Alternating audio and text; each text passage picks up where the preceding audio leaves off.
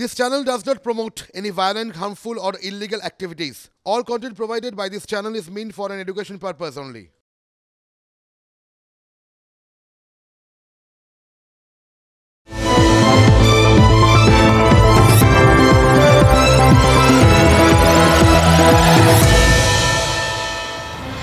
চারপাশে তাকালে ইদানিং মনে হয় না যে রাজনীতিটা বড্ড বেশি দুর্বোধ্য হয়ে যাচ্ছে।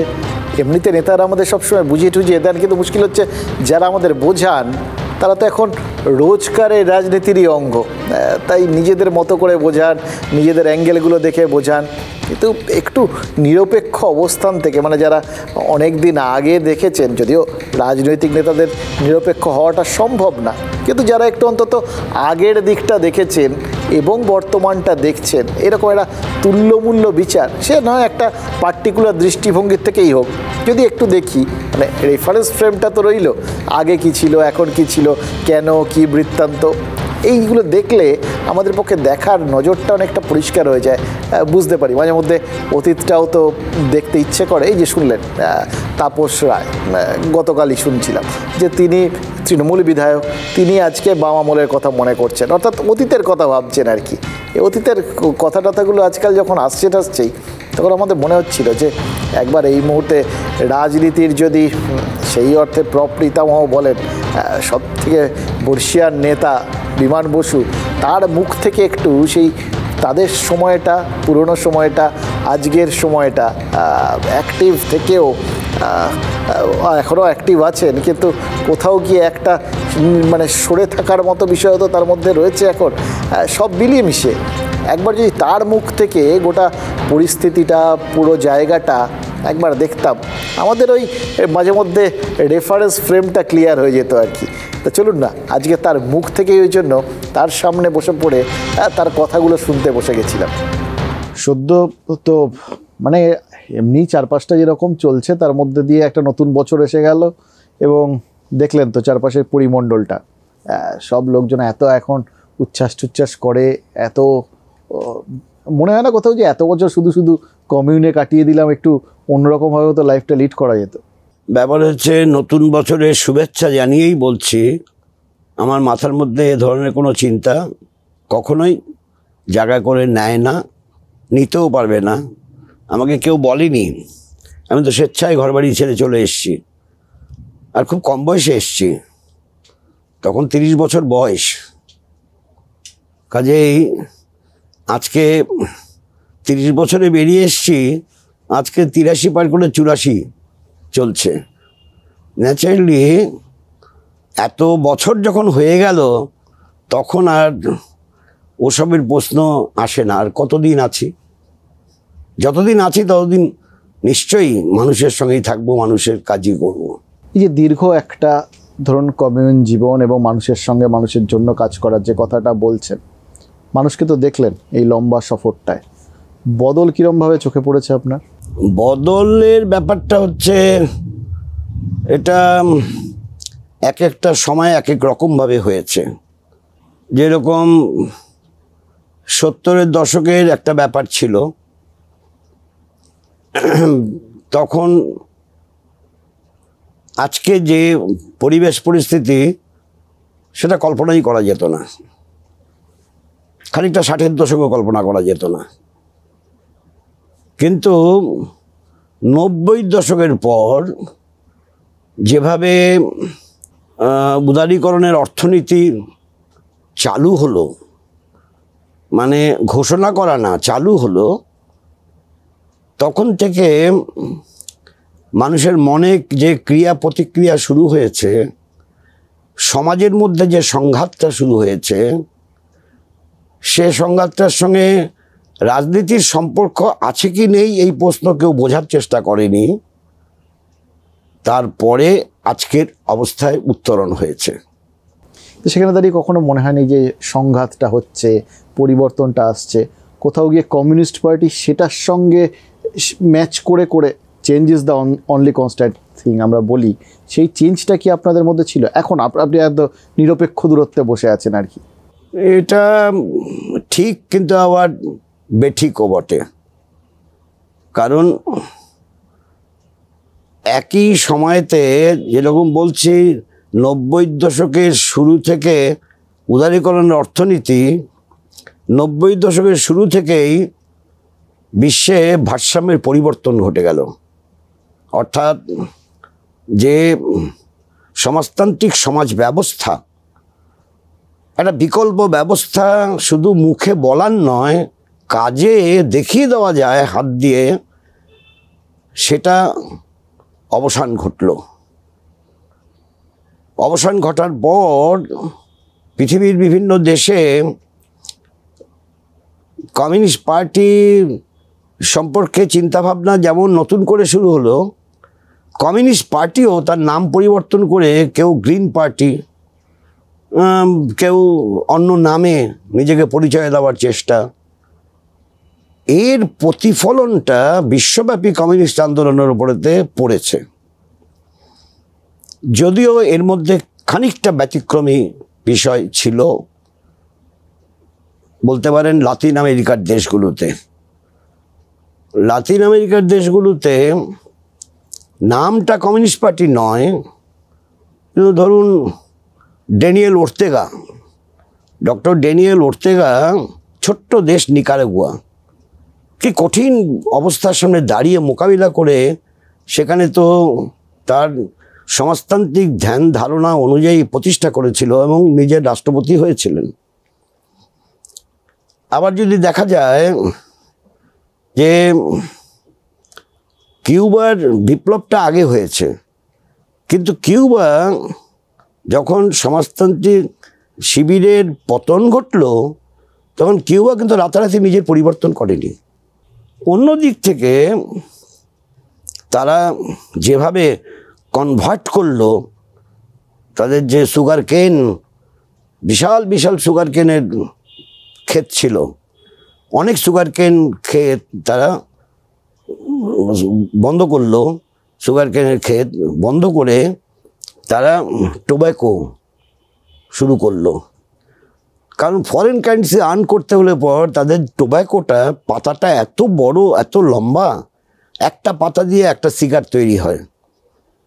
আর একটা সিগার, ওই একটা পাতা দিয়ে যে হয়, একটা সিগারের দাম $5, আবার কোনো কোনো ক্ষেত্রে $7 একটা সিগারের দাম। এই যে পরিবর্তন করে অর্থনীতিকে টিকিয়ে রাখার জন্য যে নতুন উদ্ভাবনী শক্তি প্রয়োগ করা। আর অতীতে ইন্ডাস্ট্রিয়াল মোলাসেস সবথেকে বড় সাপ্লায়ার ছিল হচ্ছে কুবা। ইন্ডাস্ট্রিয়াল মোলাসেস সাপ্লাই করতে পারছে না, তার থেকে বেটার প্রফিট আর্নিং করছে টোব্যাকো ইন্ডাস্ট্রি। এবং লাতিন আমেরিকায় মানে দক্ষিণপন্থী রাজনীতিকে কোণঠাসা করার ক্ষেত্রে বামপন্থী রাজনীতি একটা গুরুত্বপূর্ণ ভূমিকা পালন করেছে। হ্যাঁ, এটা হয়নি ইউরোপের দেশগুলোতে হয়নি, বা আমাদের মতো এশিয়ার দেশগুলোতে সেটা তেমনভাবে হয়নি, কিন্তু পৃথিবীর অংশ তো তারা তো হয়েছে। না, আমার একটা কথা বলুন, যে ধরুন এই যে লাতিন আমেরিকার দেশ বলুন বা আরও কিছু কিছু থার্ড ওয়ার্ল্ড কান্ট্রিজ যেগুলোতে বামপন্থা ছিল, পরবর্তী ক্ষেত্রে সময়ের সঙ্গে সঙ্গে বদলেছে। আমাদের এখানটা অন্যভাবে হয়তো হয়েছে, কিন্তু এটাও তো ঘটনা, আমাদের এখানে 34 বছর আপনার ক্ষমতায় ছিলেন, ফলে এখানকার ভিত্তি যেটাই বলুন সেটা অন্যদের থেকে অনেক বেশি শক্ত ছিল। তো যে চেঞ্জটা ওখানে আসতে পেরেছে, সেই চেঞ্জটা এখানে আসতে পারলো না কেন? এখানকার কমিউনিস্ট পার্টি বা আরও নির্দিষ্ট করে বললে সিপিআইএম, তারা কি ওই পরিস্থিতি বুঝতে ব্যর্থ ছিল? আমার মনে হয় এটা ঠিক ব্যাখ্যা হবে না। কারণ আমি যে দেশগুলোর কথা বললাম সেগুলো হচ্ছে রাষ্ট্র, ছোট হলেও রাষ্ট্র। রাষ্ট্রের যে নীতি নির্ধারণ করার ক্ষমতা আর কোনো অঙ্গরাজ্যে নীতি নির্ধারণ করার ক্ষমতা এক এবং অভিন্ন হতে পারে না, ভিন্ন হতে বাধ্য। কাজেই এখানে তো দেয়ার আর ইস্যুস যেগুলো state subject, there are major issues which are central subject. এখানে যেরকম law and order is a state subject, education is in concurrent subject. আর আর্মি তো একটাই সেন্টার থেকে পরিচালিত হবে, that is centre. Monetary system একটা সেন্টার থেকে পরিচালিত হবে, দ্যাট ইজ সেন্টার। আর একই সঙ্গে কিন্তু যে central policy are obligatory to all state. ঠিক আমি যে দেশগুলোর কথা বললাম সেই দেশগুলো রাষ্ট্র হওয়ার জন্য তারা যে সিদ্ধান্ত করে সেই সিদ্ধান্তই চলবে। এখানেই রাজ্যের সরকারের সঙ্গে আমাদের অন্য দেশের সরকারের ফারাক আছে। মানে যতক্ষণ আপনারা সেই জন্য সরকারে থাকতে পেরেছিলেন, যেটুকুনি আপনাদের ক্ষমতার মধ্যে আছে সেই চেঞ্জগুলো করতে পেরেছিলেন বলে টিকেছিলেন, কিন্তু যখন সেই বিষয়টা সময়ের সঙ্গে আপনারা নিজেরা চেঞ্জ করতে পারেননি বা সেক্ষেত্রে হয়তো একটা গ্যাপ রয়ে গেছে, বা যখন আপনারা সরকার থেকে চলে গেলেন, তখন এরকম মানে সংখ্যা তো এখন বিচার্য, সেই হিসেবে আপনারা শূন্যে পৌঁছেছেন। সেটা তার প্রেক্ষাপটটা দেখতে হবে। সেটা কি? সেটা হচ্ছে দক্ষিণপন্থার উত্থান কোনো কোনো ক্ষেত্রে খুব তাড়াতাড়ি হয়েছে, আর দক্ষিণপন্থার উত্থান কোনো কোনো ক্ষেত্রে আবার কোথাও কোথাও একটু সময় নিয়েছে। আমাদের দেশে দক্ষিণপন্থার উত্থানটা খুব দ্রুত হয়েছে এবং আমাদের রাজ্যের ক্ষেত্রে দক্ষিণপন্থার উত্থানটা মানে বলা যাবে যে স্ন্যাপশট টাইমে হয়ে যাচ্ছে। আমাদের এখানে তাই অদ্ভুত, মানে এখানে জাস্ট একটু দক্ষিণপন্থী বলতে শুধু বিজেপি বা এরকম ধরছেন নাকি কংগ্রেস, বিজেপি, তৃণমূল সবাইকেই ধরছেন? আমি দক্ষিণপন্থার কথা বলতে চাইছি তখন যে কংগ্রেস কখনো নিজেদের বামপন্থী বলেনি, আর আমাদের রাজ্যে তৃণমূল কংগ্রেস জন্মলগ্ন থেকে বলা শুরু করেছে তারাই হচ্ছে খাঁটি বামপন্থী। এবং এই খাঁটি বামপন্থী তারা যে বলেছে এই প্রশ্নটা কিন্তু তাদের ব্রেন থেকে এসছে তা না, তাদের জন্মদাতার ব্রেন থেকে এসছে। এখন বলতে পারেন তাদের জন্মদাতা কে? অবশ্যই রাষ্ট্রীয় স্বয়ংসেবক সংঘ। রাষ্ট্রীয় স্বয়ংসেবক সংঘ কংগ্রেস ভেঙে তৃণমূল কংগ্রেস তৈরি করে দিয়েছে। তার ফলে তৃণমূল কংগ্রেসের নির্দিষ্ট কোনো আদর্শ নেই, নির্দিষ্ট কোনো নীতি নেই। অর্থাৎ দক্ষিণপন্থী রাজনীতির যে ঘেরাটপ তার সঙ্গেই তারা ঘুরপাক খায়, যুক্ত আছে। আর দক্ষিণপন্থার রাজনীতিকে প্রতিহত করে বামপন্থার রাজনীতি অগ্রসর হতে হলে পর যেই পথ দরকার তৈরি করা, সেই পথ তৈরি করা কাজ চলছে। আপনাদের বিরুদ্ধে অভিযোগ যে আপনারা পরবর্তী প্রজন্মটাকে সেইভাবে তৈরি করেননি, ফলে সেই নেতৃত্ব উঠে আসে। এইটা আপনাদের কাছে কন্ট্রাডিকশন লাগে না? এটা মোটেই কন্ট্রাডিকশন হয় না। আমরা সবসময় ইয়াঙ্গার জেনারেশনকে এনকারেজ করেছি। এখন ব্যক্তিগতভাবে কে এনকারেজ করেনি সেটা আলাদা কথা, কিন্তু আমরা করেছি। আমরা বলতে আমি কালেকটিভলি বলছি যে নতুনদের প্রমোট করে নিয়ে আসা। এখন সেক্ষেত্রে সমস্যা কোনো কোনো ক্ষেত্রে হয়েছে, হয়নি তা না। প্রমোট করা যায় তাদের যারা নাকি পার্টি হোলটেমার হয়। যারা পার্টি হোলটেমার হয় না তাদের প্রমোট করা যায় না, কারণ তারা চাকরির বন্ধনে থাকিব আবার নেতৃত্ব সামলাবো, এই দুটো করতে গেলে পরেতে একটা কম্প্রোমাইজড হয়। আর অন্য দিক থেকে যাদের মাঝে কাজটা করে তারা তাকে খুব ভালোভাবে নেবে এটা নাও হতে পারে, কারণ যে যিনি করছেন তারও তো কিছু ত্যাগ করতে হবে। সেটা তার জন্য কিছু কোনো কোনো সময় আমাদের কিছু সমস্যা হয়েছে। মানে এই নয় যে আমরা তখন এরকম ইয়াঙ্গার জেনারেশনকে আমরা গ্রুম করিনি। আজকে আমাদের বেশিরভাগ জেলার যারা জেলা সম্পাদক আছেন সব বেশিরভাগটাই ইয়াং, 2-4টে ক্ষেত্রে ব্যতিক্রম আছে। ব্যতিক্রমটা করতে হয়েছে সেইখানকার অবস্থার পরিপ্রেক্ষিতে। ফলে সব জেলার সম্পাদকরা অনেকেই আছে 50-এর মধ্যে বয়স। কিন্তু সেটা এখন মানে ধরুন আপনাদেরও শাসনকালের শেষ দিকটায়, সেই সময়টায় কিন্তু মানে যেটা সব থেকে বেশি যে সেই বৃদ্ধ মুখ, বৃদ্ধতন্ত্র একটা সিপিআইএমকে পরিচালিত করছে, এই বিষয়টা তো তখন ছিল না। না, আমাদের তো বৃদ্ধ হয়ে থাকার এখন সুযোগ নেই।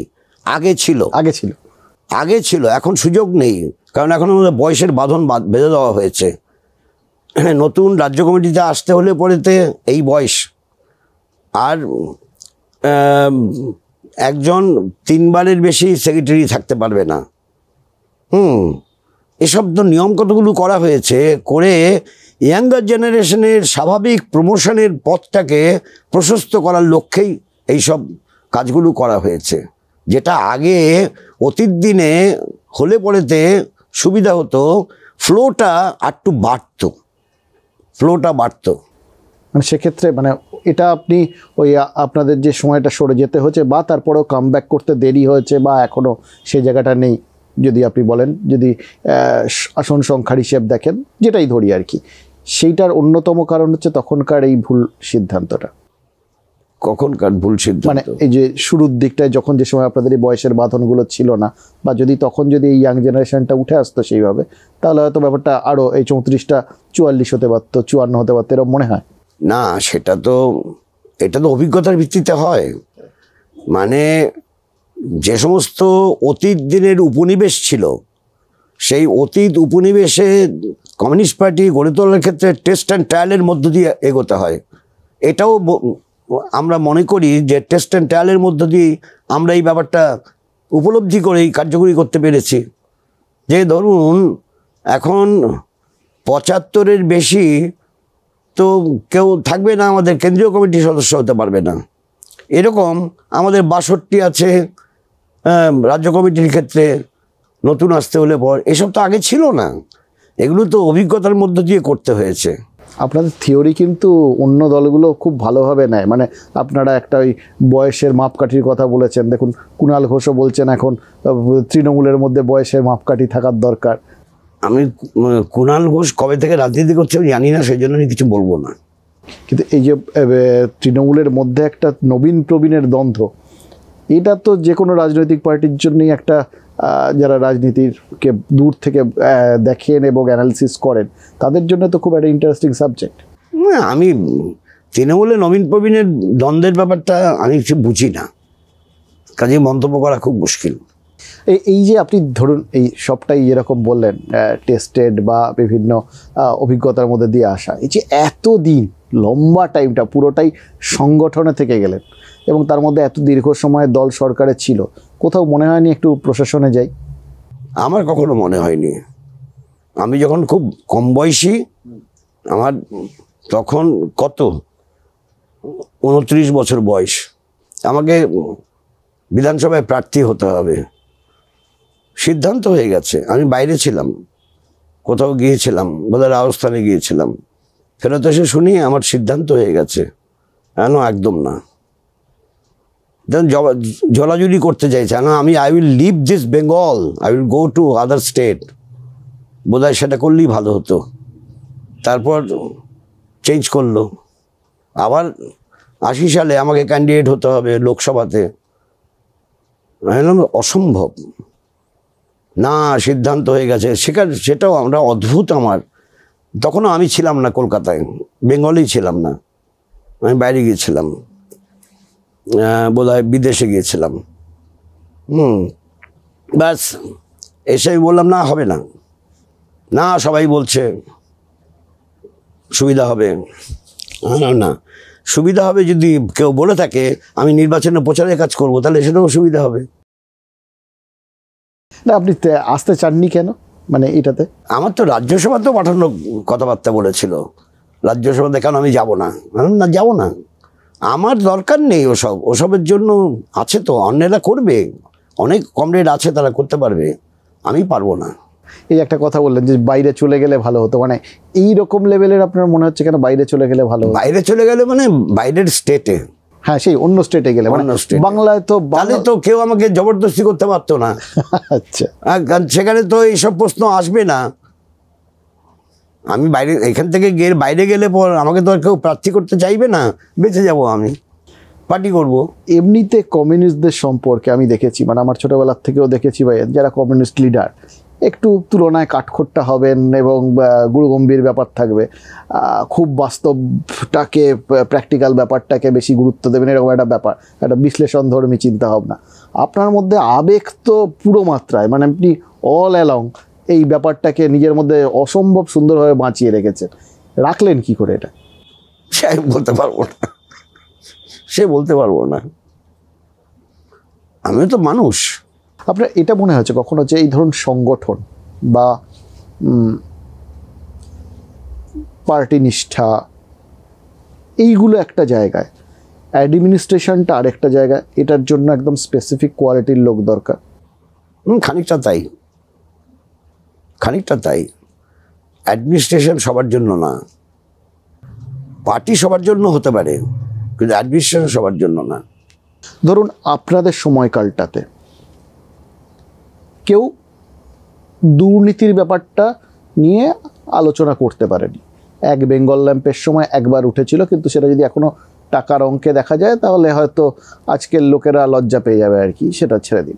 সেই সময়টায় গোটা ভারতে দুর্নীতি ইস্যু, সে রাজীব গান্ধী বলুন বা অন্যান্য ক্ষেত্র বলুন, বফর্স থেকে শুরু করে বিভিন্ন কিছু হয়েছে। বাংলায় একটাই মাত্র অভিযোগ ছিল, বাংলার উন্নতি নেই, শিল্পোন্নয়ন হচ্ছে না, বাংলার অগ্রগতি হচ্ছে না, কর্মসংস্থানের জায়গাতে ঘাটতি রয়েছে, এটা বলা হতো, দুর্নীতির কথাটা আসেনি। আর এখন গিয়ে এখন বাকি জিনিসগুলো আছে বলে শোনা যায়, অন্তত প্রচার করা হয় আর কি, কিন্তু তার সঙ্গে বাংলা সম্পর্কে এখন গোটা দেশে কিন্তু দুর্নীতি ইস্যু না। আজকের দিনে এই লোকসভা ইলেকশনটাও যদি ধরেন, গোটা দেশে অন্য কোথাও দুর্নীতি, কোথাও ইস্যু নেই, বাংলাতে একমাত্র দুর্নীতি ইস্যু। এই দুটো সিচুয়েশনকে কীভাবে দেখে? প্রথম একটা কথা বলে নেই, বেঙ্গল ল্যাম্পের কথা সব বলে, সবাই শুনি আমি অনেক সময়। বেঙ্গল ল্যাম্পে চন্দন বসু অ্যাপ্লিকেশন করেছিল, ফাদারের নাম তো লিখতে হয়, জ্যোতি বসু লিখেছিল, আর যিনি সিলেকশনে ছিলেন জ্যোতি বসুর ছেলে বলে তাকে সিলেক্ট করেছিল। কিন্তু যখন বিতর্ক হয় তখন কিন্তু সে আর জয়েন করেনি। এই কথাটা কেউ জানলেও বলে না, এরকম ব্যাপার, আর সে যায়নি, জয়েন করেনি। আর মানে এখন যে প্রশ্নটা দেখা দিয়েছে, এ তো মানে কী করে দোষী সাব্যস্ত হলো, কেন গ্রেপ্তার করলো? আরে দোষী সাব্যস্ত না হলেও তো গ্রেপ্তার করতে পারে। আচ্ছা, আমি ল ব্রেক করেছি জানলো কি করে দেখলো ল ব্রেক করেছি? আমি এই রাজ্যে কলকাতা শহরে রেড রোডের সামনে বুকে প্ল্যাকার্ড নিয়ে করোনার ব্যাপারেতে আরও র্যান্ডাম করোনা টেস্ট করা উচিত তার দাবিতে এবং করোনা টেস্ট বাড়ানোর দাবিতে ইত্যাদি নিয়ে দাঁড়িয়েছিলাম। তা আমি তো ল ব্রেক করিনি, কিন্তু আমাকে গ্রেপ্তার করা হলো। আমি কি করে ল ব্রেক করলাম? ওখানে 144 ডিক্লেয়ার করেনি। 144 ডিক্লেয়ার করলে 5 জনের বেশি হলে গ্রেপ্তার করতে পারে, কিন্তু গ্রেপ্তার করে নিয়ে চলে গেল। এই কীভাবে ব্যাখ্যা হবে? কিন্তু অর্থকরী ব্যাপারেতে বেনিয়ম অনিয়ম পাওয়া গেছে, তার জন্য ইনভেস্টিগেশনের স্বার্থে গ্রেপ্তার করতে হবে। আর সেটা তো কী করে অপরাধী হলো, গ্রেপ্তার কেন করলো, এই কথাগুলো আসে। এখন কারি কারি টাকা কেউ কোনোদিন অতীতে দেখেছে? আমি পশ্চিমবঙ্গ বলে নয়, আমি কেউ কোথাও দেখেছি কিনা জানি না আমি, যে কত একবার প্রথম বেরোলো, কত 30 কোটি না 50 কোটি? 50 কোটি প্রথম, 50 কোটি প্রথম বেরোলো। 50 কোটি টাকা, এটা কতগুলো ফলস নোট নয়, জালি নোট না, খাঁটি নোট। এ কী করে সম্ভব? আর তারপরে বলা হচ্ছে ইনভেস্টিগেশন করতে হলে গ্রেপ্তার করতে হবে, নাহলে ইনভেস্টিগেশন করতে পারবে না। তো পুলিশের বিধিতেও আছে ইনভেস্টিগেশন করার জন্য গ্রেপ্তার করতে হয়। আমাকে যখন রেড ডোর থেকে নিয়ে গেল, ওটা ইনভেস্টিগেশনের কোনো ব্যাপারই না। আমি একটা প্ল্যাকার্ড নিয়ে দাঁড়িয়েছিলাম, বলতে পারি ইনডিসেন্ট, স্টেটের ক্ষতি হচ্ছে, বদনাম হচ্ছে, ইনডিসেন্ট, এছাড়া কিচ্ছু হতে পারে না।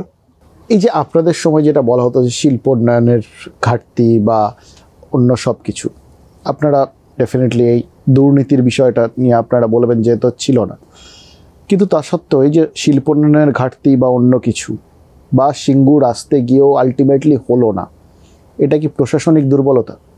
ডে ওয়ান ঠিক করে নেওয়া হয়েছিল দক্ষিণপন্থী রাজনীতির ধারক বাহকদের কাছ, তাদের উদ্যোগে, যে বেঙ্গলে অটোমোবাইল ইন্ডাস্ট্রি করতে দেওয়া যাবে না। তার জন্য এই অটোমোবাইল ইন্ডাস্ট্রির সঙ্গে যাদের স্বার্থ সম্পর্কযুক্ত তারা থেকে শুরু করে দক্ষিণপন্থী রাজনীতির পৃষ্ঠপোষক যারা, তারা অর্থ ব্যয় করেছে।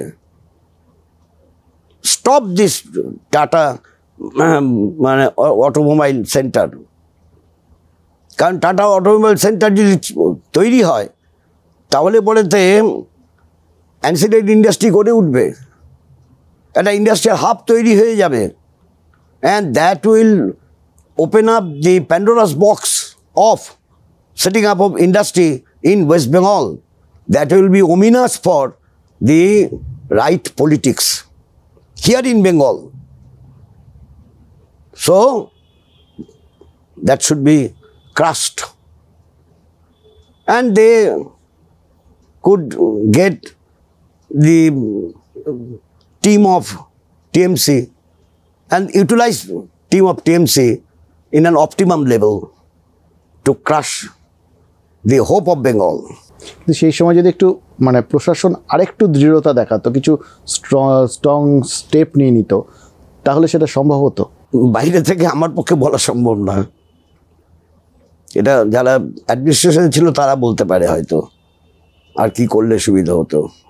আমি অনেকের সাথে কথা বলেছি, প্রচুর বামপন্থীরও মনের ভেতরে এই একটা মানে দুটো প্রশ্ন বামপন্থীদের আমি দেখেছি মনে আছে।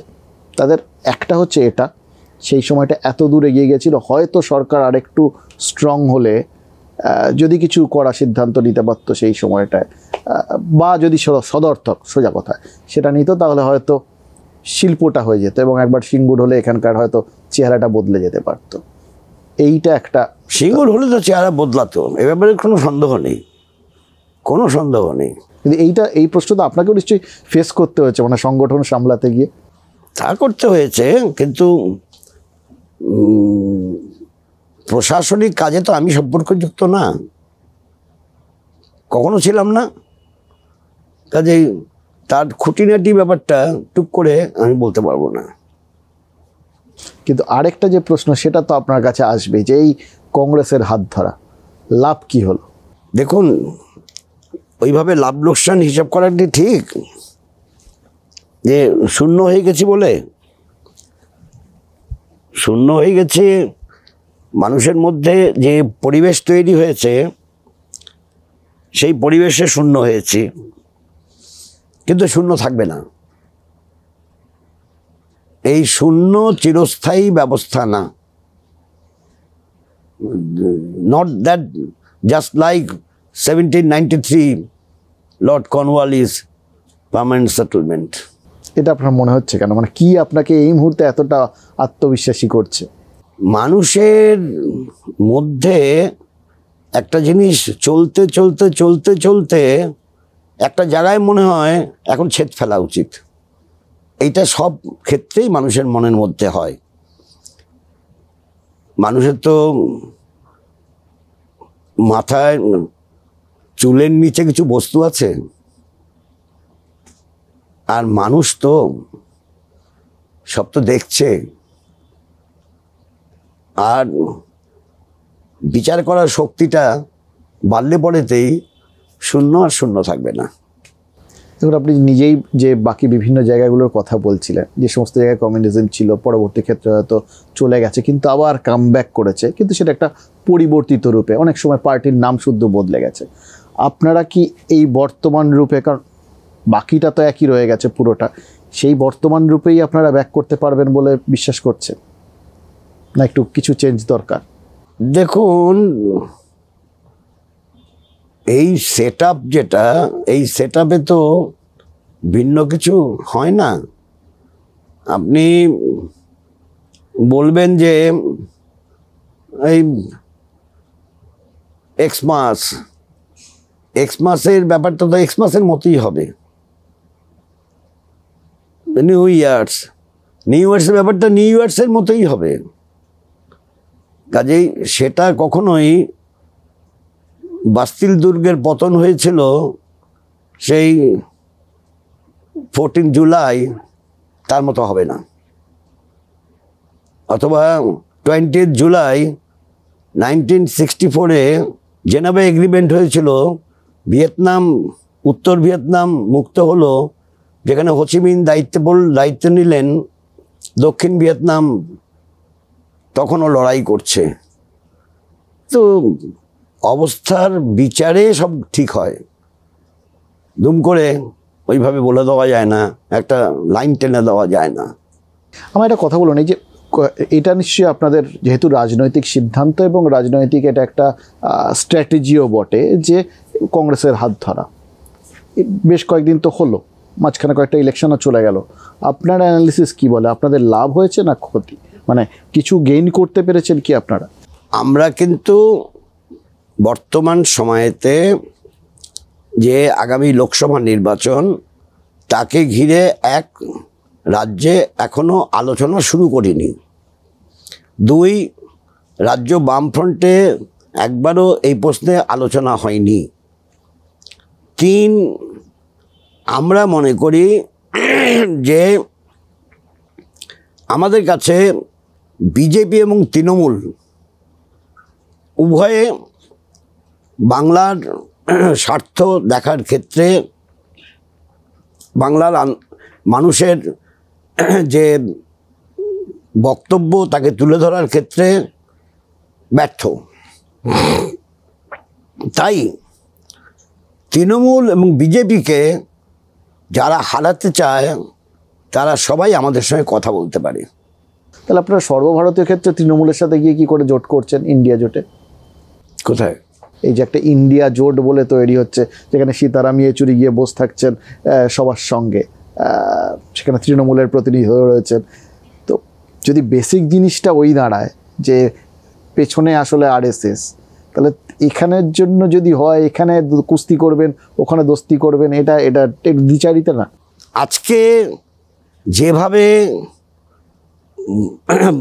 ভারতে নয়া ফ্যাসিবাদী শক্তি মাথাচাড়া দিয়ে উঠেছে, সেই নয়া ফ্যাসিবাদী শক্তিকে সমাজ থেকে বিচ্ছিন্ন করার জন্য যেই কাজগুলো কাঠবিড়ালির মতো আমাদের করা প্রয়োজন, আমরা সেই কাজটা করতে চাইছি।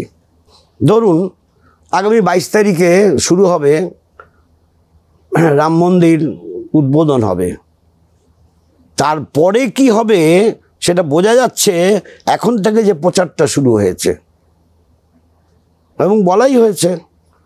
আমাদের দেশের প্রধানমন্ত্রী বলে দিয়েছেন, ঘন্টা পেটাও। এই যে আপনি রাম মন্দিরের কথা বলছিলেন, আমরা একটা জিনিস দেখছি যে ধরুন এখানেও তৃণমূল নেত্রী তিনি বিভিন্ন মন্দিরগুলোর উদ্বোধনের কথা বলছেন, অর্থাৎ ন্যারেটিভটা কমপ্লিটলি রাজনৈতিক জায়গায় ধর্মীয় ব্যাপারগুলোকে ন্যারেটিভটা চলে আসছে। আপনি যেটা বলেন, পাশে রাম মন্দির আসছে, পাশে জগন্নাথ মন্দির আসছে, বা ওখানে অন্য যে মন্দিরগুলোর উদ্বোধন করছেন, বা গীতা পাঠ, গোটা ব্যাপারটা যখন এই ন্যারেটিভটা প্রাধান্য পেয়ে যায়, এটা আপনাদের জন্য সেটা একটু অসুবিধাজনক হয়ে যায় না? একটা জিনিস দেখুন, আমি যে কথা বলছিলাম, রাষ্ট্রীয় স্বয়ংসেবক সংঘের উদ্যোগেই তো তৃণমূল কংগ্রেস গড়ে উঠেছে, আবার রাষ্ট্রীয় স্বয়ংসেবক সংঘের উদ্যোগেই বিজেপি গড়ে উঠেছে। এখন বিজেপি তো আগে ছিল না, আগে ছিল 1951 সালে গড়ে উঠেছিল জনসংঘ, আর 1925 সালে গড়ে উঠেছিল 25 সালেই আরএসএসের জন্ম হয়, আর 25 সালেই গড়ে উঠেছিল হিন্দু মহাসভা। ফলে একটা জিনিস বিশেষভাবে দেখতে হবে যে দার্শনিক ভিত্তি বিজেপির, ভাজপার দার্শনিক ভিত্তি, তৃণমূলের দার্শনিক ভিত্তি এক এবং অভিন্ন। এখন এখানে যদি টুক করে একটুখানি পুরনো ইতিহাসে চলে যায়, 1954 সালে যখন ইন্দোনেশিয়ার বান্দুংয়ে সম্মেলন হলো, পণ্ডিত জওহরলাল নেহরু গুরুত্বপূর্ণ ভূমিকা পালন করেছিলেন। ওখানে যেদিন শেষ হয়, নন অ্যালাইন্ড কনফারেন্স শেষ হয়, সেদিনই সিদ্ধান্ত হয় যে পরেরটা 4 বছর পর 1958 সালে গড়ে উঠবে মিশরে, কায়রোতে। কারণ মিশর একটা পুরনো সভ্যতার একটা বিশেষ একটা ব্যাপার। এখন কায়রোতে যখন হবে, তখন আব্দুল গামাল নাসের তিনি ছিলেন রাষ্ট্রনেতা মিশরের। উনি সভা করে প্রথমেই ঠিক করলেন যে এয়ারপোর্টটা বড় করতে হবে, কারণ এয়ারপোর্টে একসঙ্গে নামা এবং ওঠা যে রানওয়েগুলো আছে, এ রানওয়ে অনেক বাড়াতে হবে, যা আছে তার ডবল ট্রিপল করতে হবে, তাহলে অসুবিধা হবে, তাহলে বড় এয়ারপোর্ট করতে হবে। Cairo airport was not that big, ছোট এয়ারপোর্ট ছিল না বাগডোগরার মতো, কিন্তু সেটা বিশাল বড় এয়ারপোর্ট ছিল না। এখন সভা করে দেখলেন যে জমিটা যদি এয়ারপোর্টের জমিটা বাড়াতে হয়, একটা মক্স সেখানে আছে, মক্সটাকে তুলতে হবে।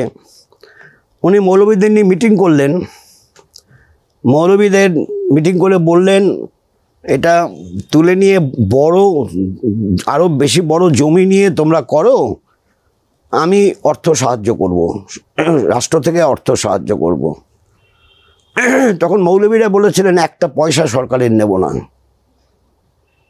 আমরা বুঝেছি এয়ারপোর্টটা বড় করা দরকার, আমাদের স্বাভিমানের প্রশ্ন, আমরা এটাকে তো আমরা ডেমোলিশ করতে পারবো না, এই মক্সটাকে অ্যাজ ইট ইজ তুলে আপনার ট্রলি করে পৌঁছে দিতে হবে আমাদের জায়গাতে, আমরা সব কিছু করে নেব। একটা পয়সা নেয়নি, কিন্তু সেটা কিন্তু তাদের কনস্টিটিউশনে কিন্তু সেকুলারিজম নেই, তার অন্য ধর্মের প্রতি মানবিক বোধ আছে, কিন্তু সেকুলারিজম নেই। আমাদের কনস্টিটিউশনে সেকুলারিজম আছে, ধর্মনিরপেক্ষ রাষ্ট্র, তথাপি রাষ্ট্রের উদ্যোগে গড়ে উঠছে দীঘাতে আপনার পুরীর ধাঁচের মন্দির। কী করে হয়? হয় বুঝতেই পারো না, কারণ যদি টিকিটা বাঁধা থাকে এক জায়গাতে তাহলে হয়, সেই জন্য হচ্ছে। এখন সরকার হাজার হাজার কোটি টাকা ব্যয় করছে রাম মন্দির ঘিরে, রাম মন্দিরটা তৈরি করেছে ট্রাস্ট, সেটা সরকার করেনি। রাম মন্দির ঘিরে যে ব্যাপারটা ঘটছে ওখানেতে, তা তো কত হাজার কোটি টাকা যেন দেখলাম। এখন ধরুন এ তো হবে, কারণ আমি আগেই বলেছি যে বিজেপির রাজনৈতিক মতাদর্শের সঙ্গে তৃণমূলের রাজনৈতিক মতাদর্শের কোনো খাদ্যঘাতক সম্পর্ক নাই, এক এবং অভিন্ন।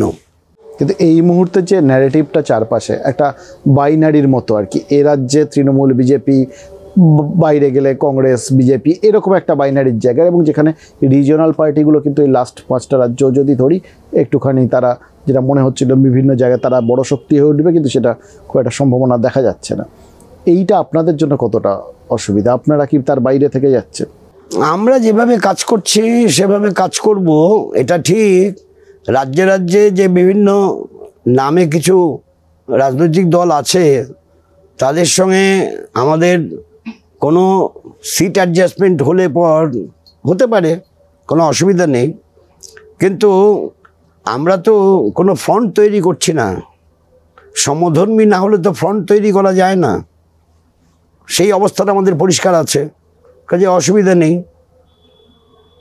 আমি দেখুন এখানে উত্তরণ কেমন হয়েছে, আগে ছিল যুক্ত ফ্রন্ট, উত্তরণ হয়ে যুক্ত ফ্রন্টটা হয়ে গেল বাম ফ্রন্ট। আর 67 সালে যখন হয় তখন দুটো ফ্রন্ট ছিল, দুটো ফ্রন্টের লড়াই হয়েছে, একটা উলফ আর পুলফ। আর যখন 69-এ ভোট হলো তখন যুক্ত ফ্রন্টের প্রার্থী। এই যে উত্তরণগুলো, সেই উত্তরণগুলো নির্দিষ্ট মানে বক্তব্যের পরিপ্রেক্ষিতেই গড়ে ওঠে, আকাশ থেকে নেমে আসে না, মাটি ফুঁড়েও ওঠে না। আমি এগুলোর বাইরে একদম লাস্ট একটা জিনিস একটু জানতে খুব ইচ্ছে করে আর কি।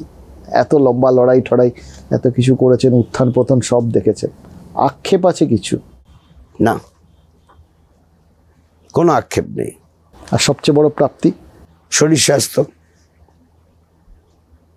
কারণ আমার ডাইরেক্ট যারা মাতা পিতা থেকে যে ডাইরেক্ট, তার প্রায় সকলেই চলে গেছেন।